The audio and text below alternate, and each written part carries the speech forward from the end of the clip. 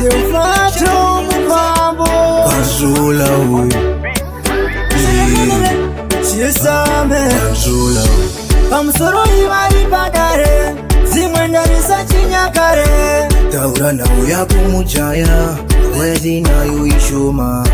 Taita tushike pano mwana sikana wenyu mambo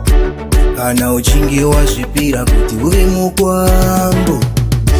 Ruva renyu mambo ramakasima Tarakadenga yotumbuka pandada Aidei Hapana chakamboipa Ini ndinoda mukwasha anofima Anokwanisa kundivikira mbada iri fresh mwana wangu wandisikukunyima Ishe munoda ndifire mukocha Tiwe ndinogara ndichironja Handi masima rekupikisa ndokumbira Mundisvitsire makuru kocha Mujaya ndoda undipindure nai Kotsika dzako wakaisa pai Ndeudze chakonzera kuuya uri mbune Pfurukuto padare waisepi munyaima Ruva renyu mambo ramakasima Tarakadenga yotumbuka pandada Aidei Hapana chakamboipa Ini ndinoda mukwasha anofima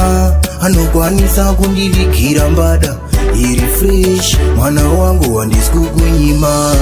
Handina ushingi hwekudaro mambo Munondikuvadzisa nemhuka dzesango Ndobvisa kana mari yerusambo Kudai mati zvemwari zvimwe ndingangobva Chitaura mutupo wako mujaya tingogara tasivana Warira cheka ukama nekuti vepano ndivana masivana Ruva renyu mambo ramakasima Tarakadenga yotumbuka pandada Aidei Hapana chakamboipa